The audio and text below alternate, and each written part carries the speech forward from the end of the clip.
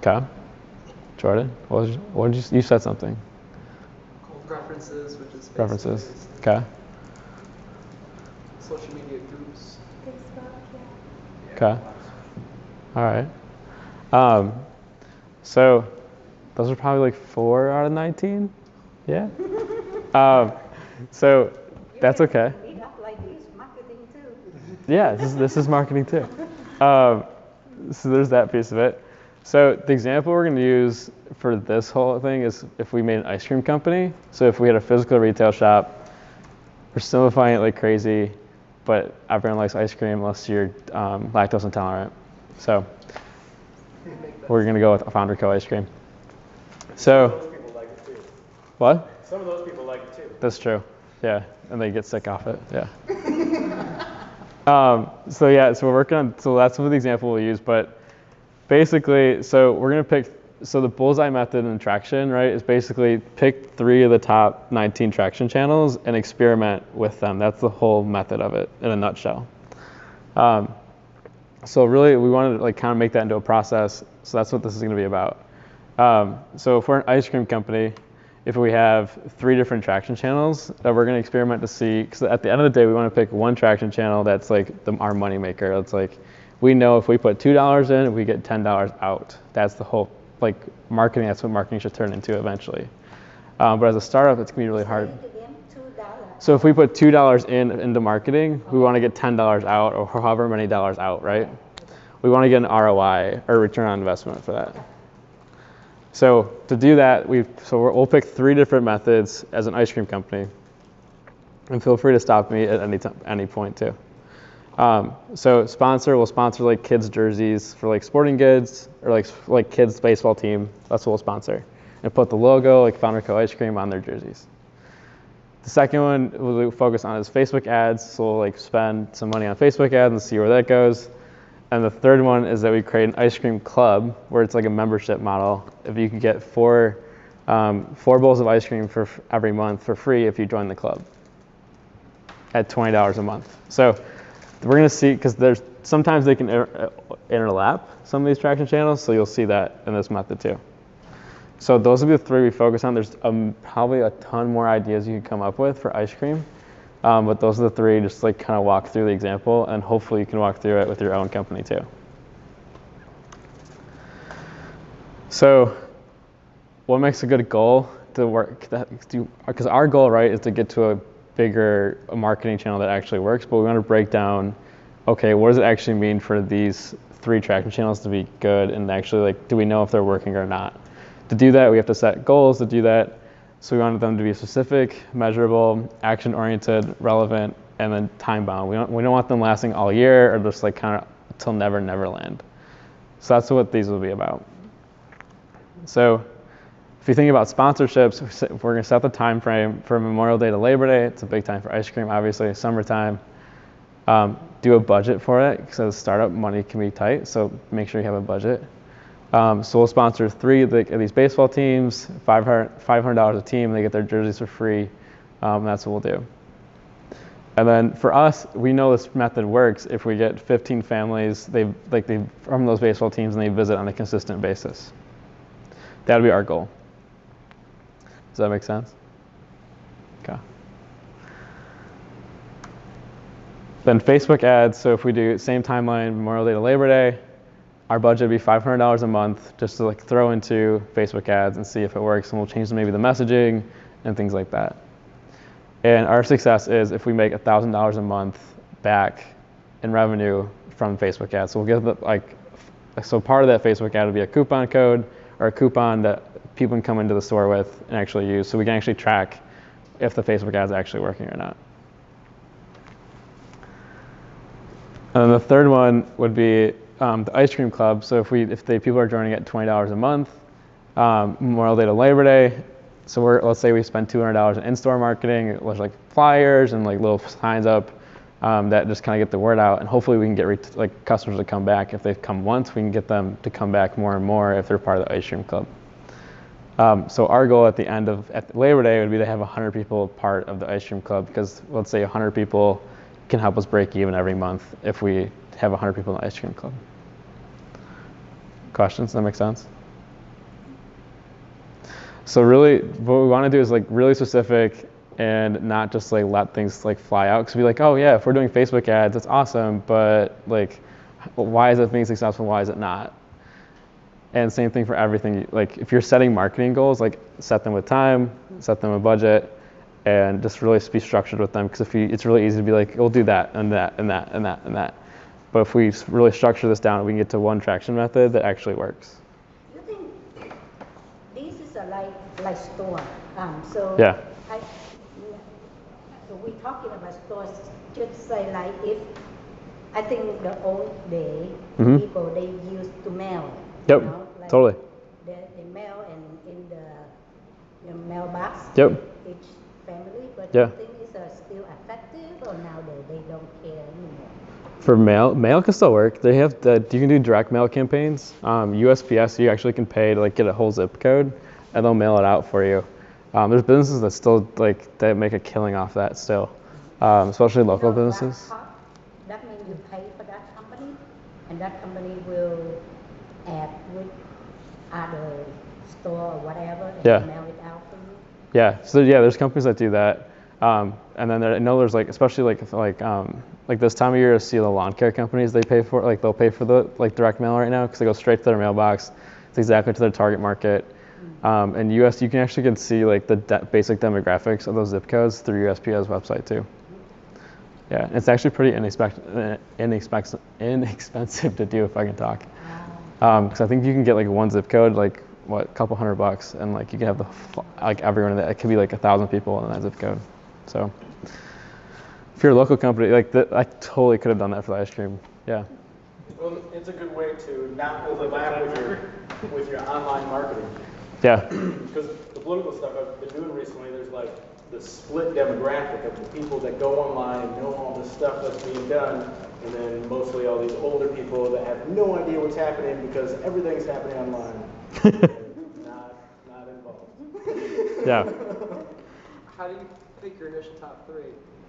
Yeah, good question. So you pick 3. So really you want to pick ones that you're excited about, because if you're not excited about them, they're not going to get done.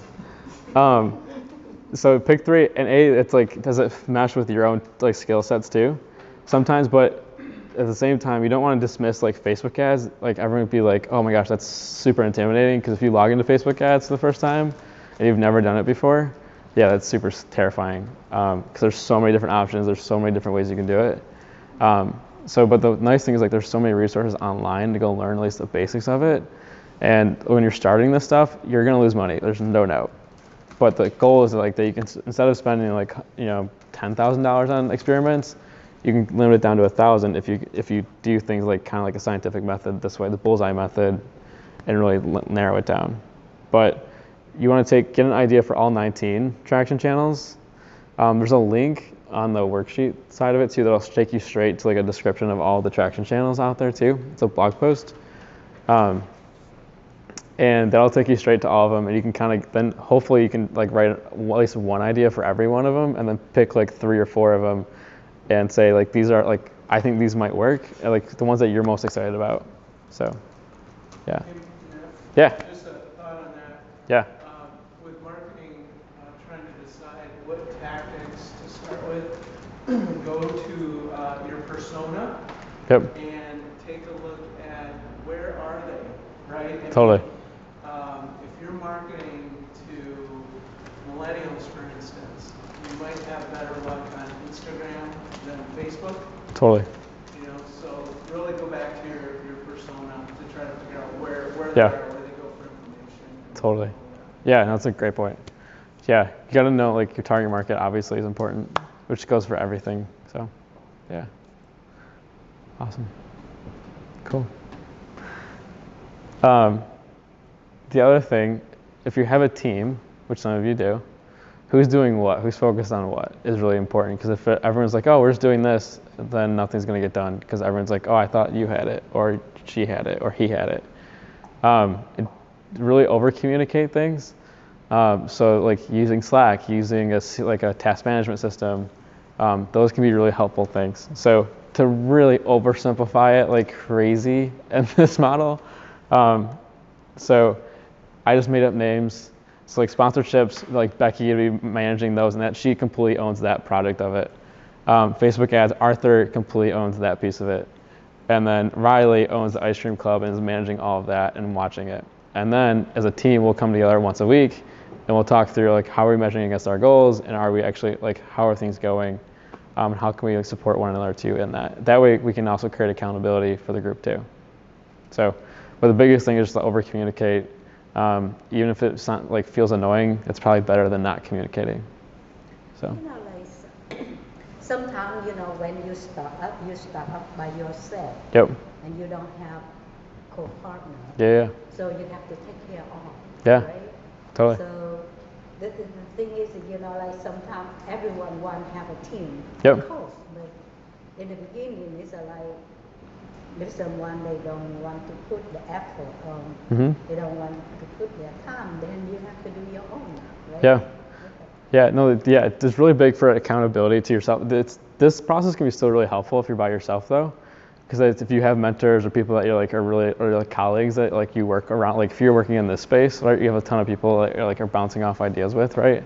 Okay. You can go to be like, all right, here's what I'm working on, like, and keep me accountable, right? And just like if you have a mentor group, or if you're working with like Surge, which has like they're there to help you too.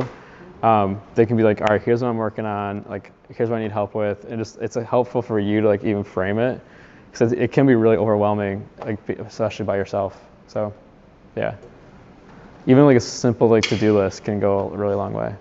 So, yeah. Yeah. Is it realistic for a single person to tackle 3 of these ads as a single person? Well, in the beginning, when you don't have budget, you have to. Yeah. Money, you have to. Yeah, and some of these some of them are like kind of set, like you have to give them time to see, like Facebook ads, right? You have to give it at least like probably a week before you even be able to measure really anything meaningful.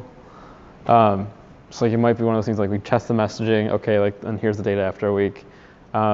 Like ice cream clubs, like it's gonna be another one. Like we put flyers out, okay, how's it going after that week? So it's doable. The only one that's like harder to do if it's more like the like face-to-face calls or networking side of it. That one, because that's just a time kill. So it depends on what methods you pick. Okay. Yeah. So marketing might still get done, but everything else might not. That's the other thing. Yeah, you gotta watch your time with everything else. The hardest part, like especially if you're doing like a tech company or like you guys do, it's hard to balance marketing and product development. The best advice I've gotten is you got to do them both at the same time, which is a hard thing to get and do. But if you do them at the same time, then you get the market data, which then helps inform the product development and vice versa. So it's really, you got to build them at the same time, which is hard. And that is another thing that you could add, like, here's our marketing stuff, but you could add product development as a task list, and like that, someone's managing all of that too. So this is way oversimplified. Like you can build tasks within this too. So, yeah. What is progress? What is progress? Like what would be like the goals or the like are there specific progress marks that these teams are making, or like? Yeah. So you want to balance sort of these ones. You want to balance against the goals, right? So like for ice cream club, if we want 100 people part of it, like I would hope by June or like this time, like if we started Memorial Day, that like by the end of May or by the end of June, maybe we have like 20 people in it, right? Okay, are we getting people in, and why are we getting people, or why are we not? And thinking about that, and so you're constantly tweaking it within those few months. So hopefully by the like Labor Day, you're like, all right, this is either complete failure or not. So it's kind of a sprint in those few months, and then once you know what's working, it's like, all right, let's throw more money into it because we know it's working. So, does that make sense? Yeah. Okay. So yeah, keep it simple, stupid is the motto for this. Yeah. Simpler the better. Anything else? Okay. So I'm just gonna skip ahead and like assume the results. So like the sponsorships, we broke even. Like we didn't lose money, but we didn't gain any money. Facebook ads, a really slow start. Like we lost money in the first couple of months, but then we're seeing growth. So it's probably worth taking a little more time with if we're seeing growth in it. And then Ice Cream Club, we hit the goal. We had 102 new members, so like let's put more money into it and see if we can get more people to join that. So that can be like, hey, like this worked. We're like, even though we broke even, there's like good, maybe there's some traction there. We're just gonna like skip it because that, in terms of like ROI, we get way more time or more money on the Ice Cream Club. So Facebook ads, and these two can be like, you can combine these two to do the same. Like they can come together. Like Facebook ads is creating awareness, and then the Ice Cream Club is bringing people back in. So you're constantly kind of feeding that funnel, the sales funnel part of it. So.